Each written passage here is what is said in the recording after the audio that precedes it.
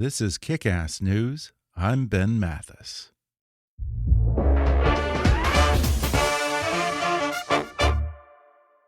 Academy Award nominations were just announced this week, and a record-breaking number of women are up for Oscars this year, accounting for no less than a third of all nominees. One of those nominees is the incredibly talented writer, actor, producer, and director Greta Gerwig, who will be returning to the Oscars for the second year in a row, following her writing and directing nominations for last year's Lady Bird. This time around, she's being hailed for her masterful reimagination of Louisa May Alcott's beloved novel Little Women, which has received 6 Oscar nominations, including for Best Picture and Best Adapted Screenplay for Greta Gerwig. And today, Greta joins me on the show to talk about the daunting task of adapting an American classic, delving into Louisa May Alcott's diaries and letters to imbue her film with even more of the author's own personality, and why it was so important for her to acknowledge the original ending that Alcott wanted to give her book before her publisher talked her out of it. Then she talks about the status of female directors and writers in Hollywood, recalls a conversation she once had with a studio executive about how women talk that made its way into her latest film, and how Meryll Streep inspired some of her most insightful dialogue about a woman's role in 19th century society. Greta also reveals that she was secretly pregnant while filming Little Women, and what it's like for her and her husband, Noah Baumbach, to both have competing movies vying for Best Picture this year. Plus, we talk about whether actresses in the 30s and 40s got better roles than actresses today, and our mutual love of the films of George Cukor, Greta Garbo, and the wicked wit of Dorthy Parker. Coming up with Greta Gerwig in just a moment.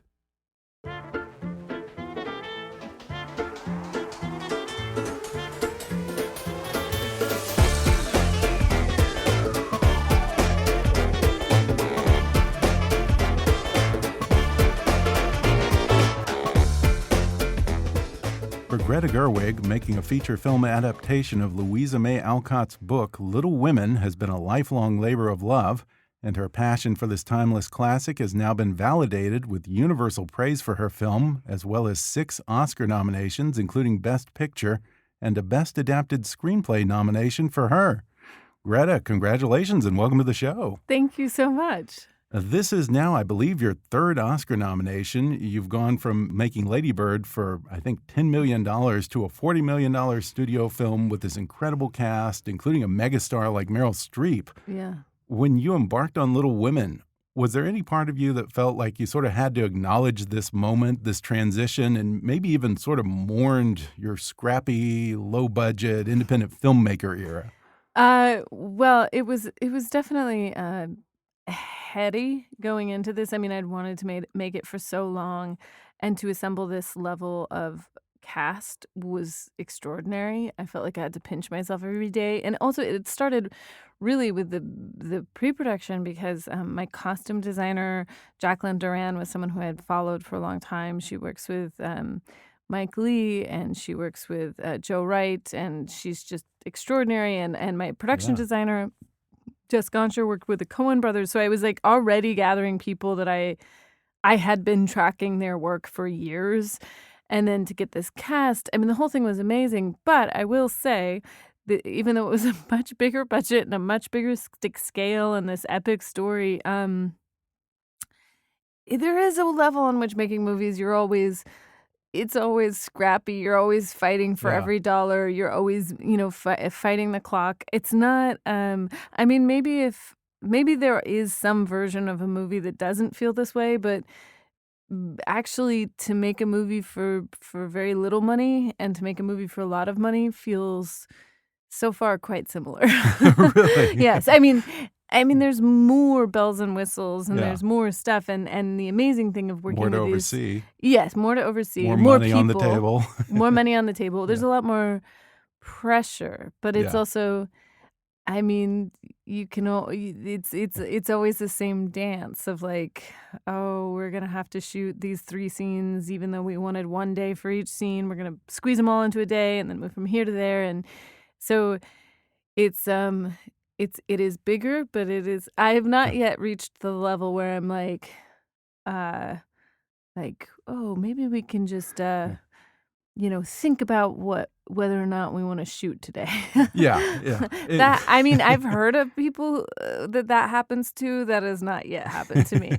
Every day, it's like when that clock starts, I am like in a blind, like running until the day's over, and then I collapse, and then it starts again the next day. Yeah, and just proof that women are way better at life than men. I read that you were actually secretly pregnant while you were filming Little Women. My I God. was. I don't know if that makes me better, but it did make me pregnant.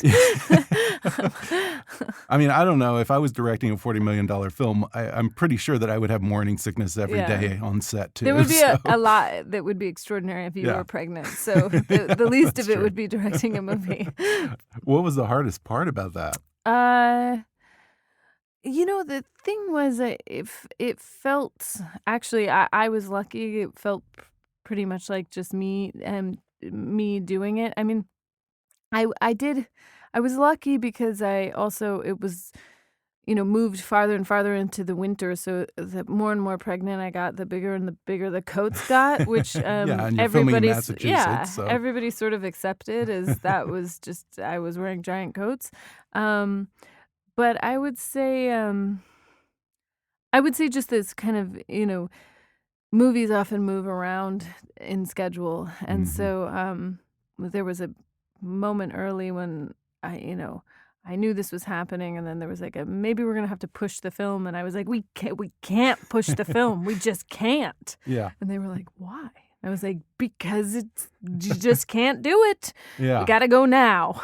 Yeah, my wife is pregnant right now with our first, who's coming in February. And there is. Oh, thank you. Thanks. I mean, there is that instinct where I don't want to call it nesting, but like you want things to be consistent and understandable, which is the opposite of making a movie in a lot of ways. That's right. No, I mean, but it was also just marvelous to know that I had a little man smuggled onto the set of Little Women.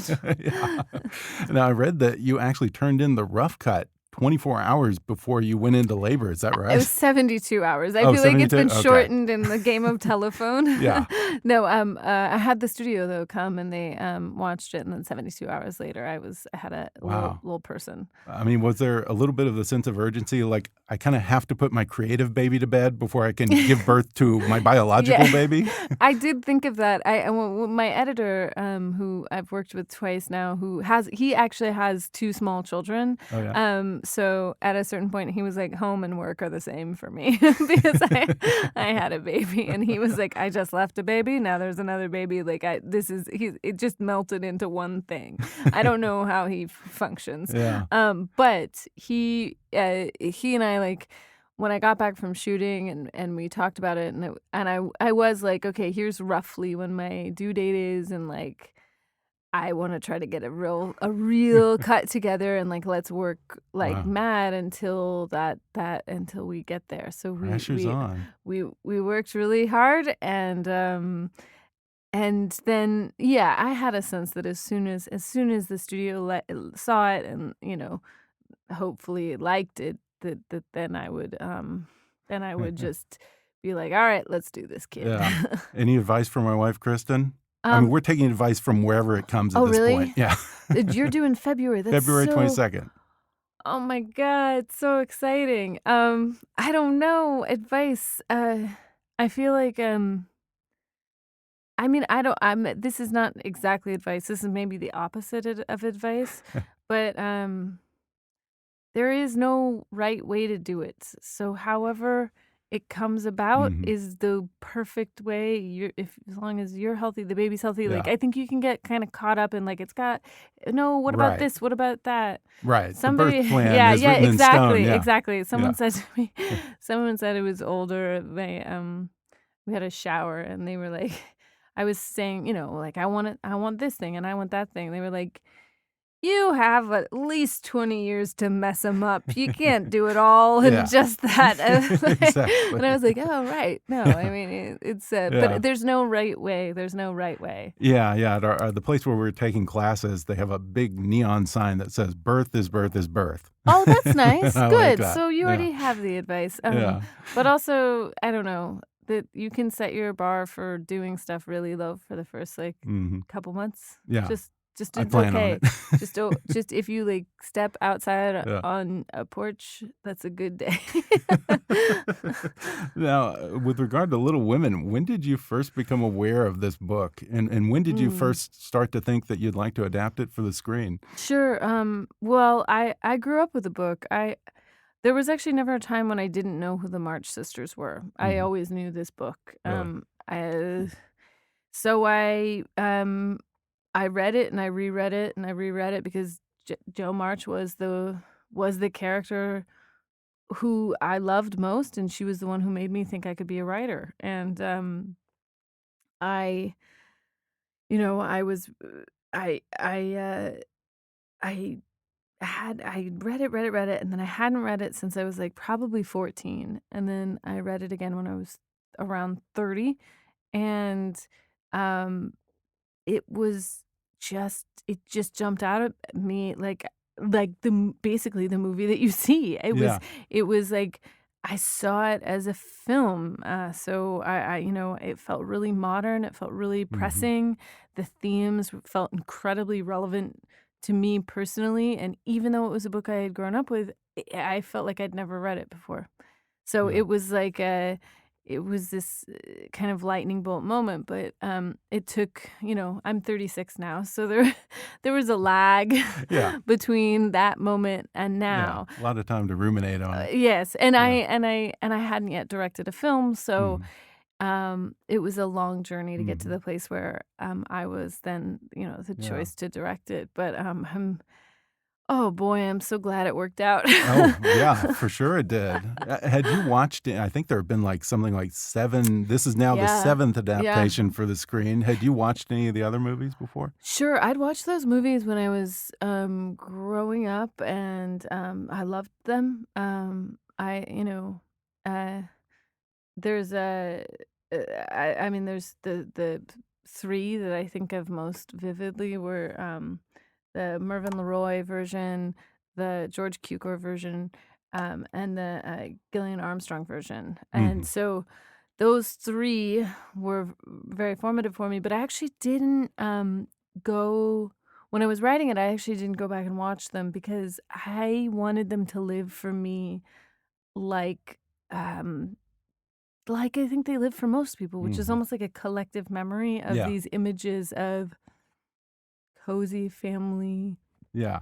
Christmas, like what that is. And I was like, well, I want to play with the idea of memory, and I want to play with the idea of what that those kind of moments are in our Mhm. consciousness. And I didn't want to specifically look at them again. So Yeah. I relied just on the text and my memory of those movies. Yeah, and I like what you did with it, where you took this book that has a very linear narrative and you crosscut between the March Sisters' adulthood and their childhood, That's which right. is kind of a little bit of a hallmark of your films, I guess, the kind of Mm, looking back and the memory and all that's that. right. I mean, I think I'm interested in I think I'm always interested in memory and time and how we Mhm.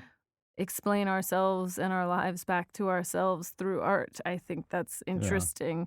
But the way I had conceived of making the movie was it starting when they were adults, and then having childhood be something that was in conversation with their adult selves, Mhm. and that it was both this, snow globe of halcyon days that you can't get back to, of coziness, of sisterhood, and then also the way it informs who you are as a grown Mhm. woman. But the structure of the screenplay is that there are two different timelines of the movie, but that everything moves forward. So I start the movie when they're grown up in 1868, and everything goes forward from there. But I also then start the movie in 1861, and everything goes forward from there. Now, the movie needs to work emotionally, Yeah. whether or not you are intimate with the details of Little Women. But I knew I wanted it to be sort of rigorous in its adherence to the rules of the timeline, so that the people who do know it they are Right. certain about where we are. Right. It still So, hits the but beats. yeah, that's Yeah. right, that's right. But it was Totally. it was Yeah. a trick of a screenplay to Yeah. write, and definitely, when I was editing it, and it gets quite meta towards the end.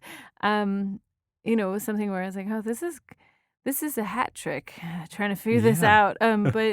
It's very much that establishment of a contract with the audience and Mhm. of tone, and so that by the time you get to the end, you sensed that it was coming on some unconscious level. Yeah, yeah, and I just loved it. I thought that it just had so much life to it. It was cacophonous and chaotic and kinetic, as if we were walking into, any old American household today in 2020 with 4 girls in it. Yeah, well, that was something I really wanted to capture, was that energy of really being in a household with 4 girls, because the main thing I think of when I think of Four Sisters is just how loud it is. Any family Yeah, I knew where there were lots of sisters, they were just really loud houses, yeah. and I loved that. I mean, I have a brother and sister, but I never had the 4 all at once. And so in some ways I based it off of my best friends from college. Oh, really? Yeah, in the energy of being with them. And my thought was like, for all of time, girls are girls.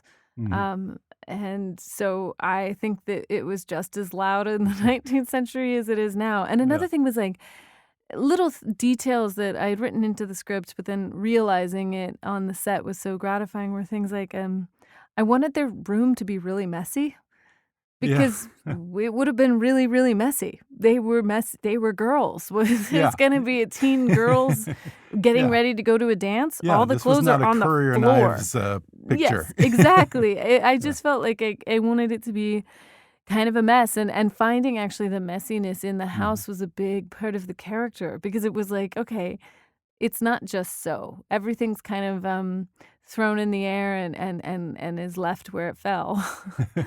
We're going to take a quick break, and then I'll be back with more with Greta Gerwig when we come back in just a moment.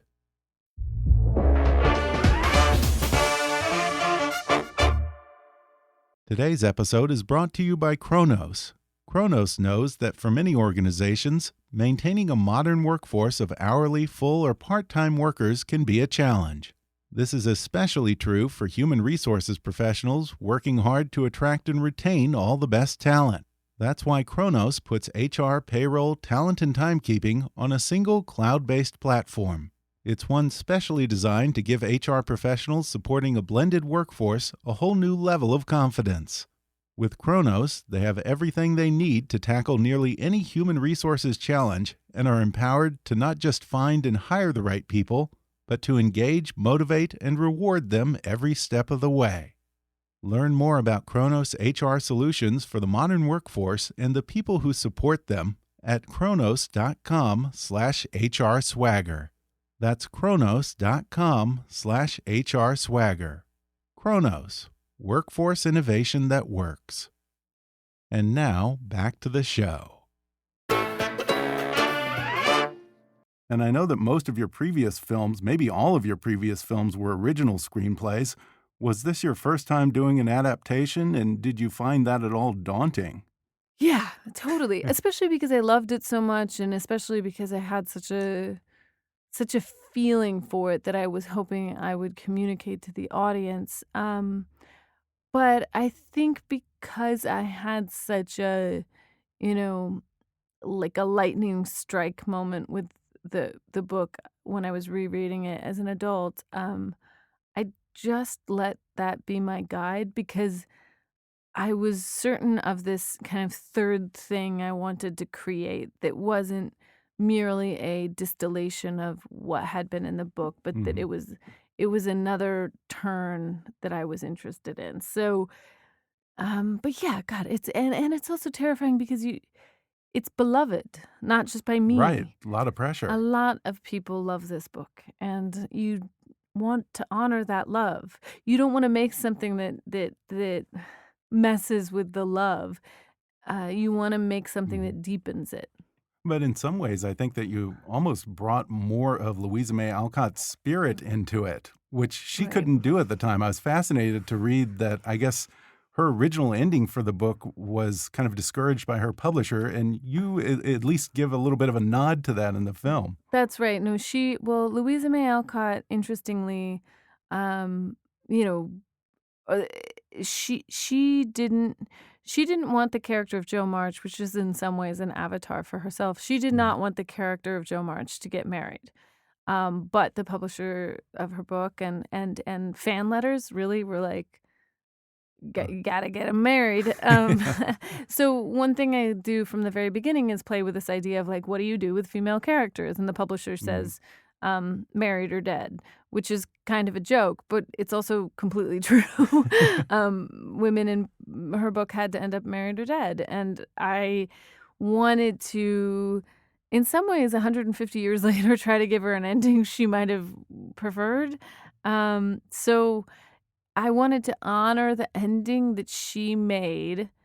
I wanted to do what she had written in the book. And then I also wanted to create enough reflexivity in my screenplay and my movie where we could explore what hadn't been true for the character, but had been true for Louisa. Which is that, Louisa never got married. She never had children, but she did keep the copyright to her own book, and she became massively wealthy. And that book sold out in 2 weeks of its first printing, and it's never been out of print since. Wow. She was a little bit of a badass. Yeah, and I think it's actually number 2 on the New York Times bestseller list, like now. Oh, wow. I have to double check that, but isn't that amazing? Yeah. She's on the bestseller list again. You are more than a little bit responsible for that, so that's kind of nice. I have to say, there's a small part of me that feels like, Louisa, we did it again. When you were digging into Louisa May Alcott's journals and her letters and some of the other books, was there anything that came as sort of a revelation to you? How kind of mean and funny she was. Yeah. I mean, we'd describe it now as snarky. Yeah. She was snarky. And she had kind of an acid tongue. She could kind of, I gave her some of the lines that she said in letters or in books to Saoirse, because I was blending this idea of Louisa May Alcott and Jo March. But the line, she has this line, Friedrich, the professor, is criticizing her writing, and she says, I can't afford to starve on praise, which is what Louisa May Alcott said after Henry James had panned one of her books in the Atlantic. Really? And her saying that is, both, it's doing double duty because it's also, because he was also very wealthy. And she was like, Yeah. We're not all born with a silver spoon in our mouth, friend. Like she was, Wow. but she had a good witty retort. And she did, she was kind of mean about her own fans. She Really? even, she had a line about Little Women. She said, she dismissed it. She said it's moral pap for the young. She had a little bit of Dorthy Parker in she her. was a little. Yeah, that's right. That's the one, because I was trying. I was thinking of different women she's in the tradition of, but Dorthy Parker is exactly right. You could definitely see her at the Algonquin, or like quipping with the best of them. Oh, absolutely. Well, you certainly have done her justice. The film's just terrific. Thank you. Now, you're known for bringing sort of semi-autobiographical elements into your films, and with Little Women, it was interesting because it's almost hard to tell where the autobiographical elements of Alcott's life and the elements that seem autobiographical from your life begin and end. I know. It's so funny because I feel like, because I grew up with this book and because I love the character of Jo so much, I don't know how much I loved Jo because Jo was like me, or I loved Jo so I made myself like her. But that's the marvelous thing about fiction that you love when you're young, is that you blend it with your sense of self in a way that's, quite uncontrolled by you. So, yes. And also, I will say, this movie's about a lot of things, but when I was rereading the book and I was rereading the scenes with her, with the publisher in the book, who said things like, morals don't sell nowadays, and Right. make your stories short and spicy. Um, when I thought of myself as a screenwriter, Yeah, kind of sounds familiar. talking to heads of studios or producers, Yeah. it's a very similar conversation that happens, and so this movie is about many things, but it's also about making movies. Yeah, and I love another one of those scenes between Jo March and her publisher, where he's basically telling her that people aren't interested in women's stories. And it sort of echoes something that I Mhm. once heard you say when you were making Lady Bird, Mhm. where there was this male studio executive who asked if mothers and daughters really talk that way. Yes, yes, yes, yes. That's right. No, he didn't have a daughter. Um, it's, something that I've said this before, but I'll say it again because it's worth repeating that men don't know what women are doing when they're not there.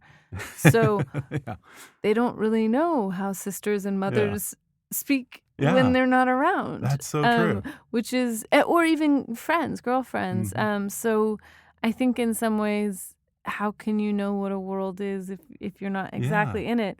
But but I will say, um, despite that, something that's been amazing is the way. I mean, Amy Pascal is my producer, who's so wonderful, and yeah, she fought for everything in this movie, so hard. But that Tom Rossman, who runs Columbia Pictures at Sony, and he said, "I mean, you know what this is. You know what you're doing. yeah. Yeah, I'm gonna go ahead and get out of the way," which was amazing. And Louisa May Alcott's own publisher, uh, she didn't really know what she had, and neither did he. And it was his nieces who read the manuscript and came to him and said, Can I have more of this? Do you have any more of this? What is this story?" And that was when he was like, "Even though I didn't know what this is, they do, and Yeah. so I trust them. Trust your audience. Yeah, Trust definitely. those girls." Yeah, Thank and God he had nieces, otherwise we yeah. wouldn't be sitting here. I mean, are you amazed that here we are 150 years or more after Little Women, and in so many ways, female artists are still having to argue for the value of telling women's stories? Yeah, well, I definitely think, one of the amazing things is how much in not only my lifetime, but in the span of time that I have been working in the film industry, it's gotten better. And it's gotten better because of female storytellers, writers, producers, directors, and it's also gotten better because, frankly, the audience is there, Hmm. and they're going to the movies, Yeah, and they wanna see those movies, and they wanna see yeah, those stories, and that's the argument that is the final word in all of it is there's an audience, yeah. and they're excited for these stories, and it's not just an audience of only women, it's an audience of women and men who are pumped to go to the movie theater Yeah. and see something that they haven't seen before. Yeah, and it's worth noting that I think a record-breaking number of women are now nominated for Oscars this year, including yourself, which apparently Are accounts for there? 1/3 of the nominees this year. Oh, well done. Well, I Yeah, mean, well done that's you. a good that's and also, with the the Annenberg study that comes out every year, the, women represent it's the largest number of films made Hmm. by women of the year before and the year before that, and, it looks to be just going up in the next few Yeah, years, and I think it's a I I keep saying this, but it's not it's totally the wrong metaphor, but I keep saying the glass is half full of women. But I'd like to see that. I'd like to see a glass full of women. it's just a glass Yeah. of women. Actually, I think Um, Mitt Romney said something along those lines, oh, didn't he? At one no. point, he was like Oh, something like, "We have binders of women," binders of and it women, cost him yes. the election or something. So Oh, no. Oh, no. Well, I'm just saying maybe a Trump will glass say half that, and probably no full. one will care. Mm. But Right, it's a whole exactly. other era. Yes. I love what you said about how guys, at least in that era and to some degree in this era, are kind of unaware of women's lives and what goes on when we're Right. not in the room. And it Right. makes me think of not just Little Women, but the movie The Women, which I think was also George Cukor. Yes, it I was. could It totally see you was. doing a remake of that. Well, we never know. I'd have to have a pretty good idea. Yeah, I think that was George Cukor. That's right. I mean, I Well, love yeah. Cukor as a director. Well, he So. was known as the women's director, I think, which is why they brought him on Was Gone he? with the Wind. Oh, Yeah. is that true? That's so interesting. Yeah, I mean, it's funny.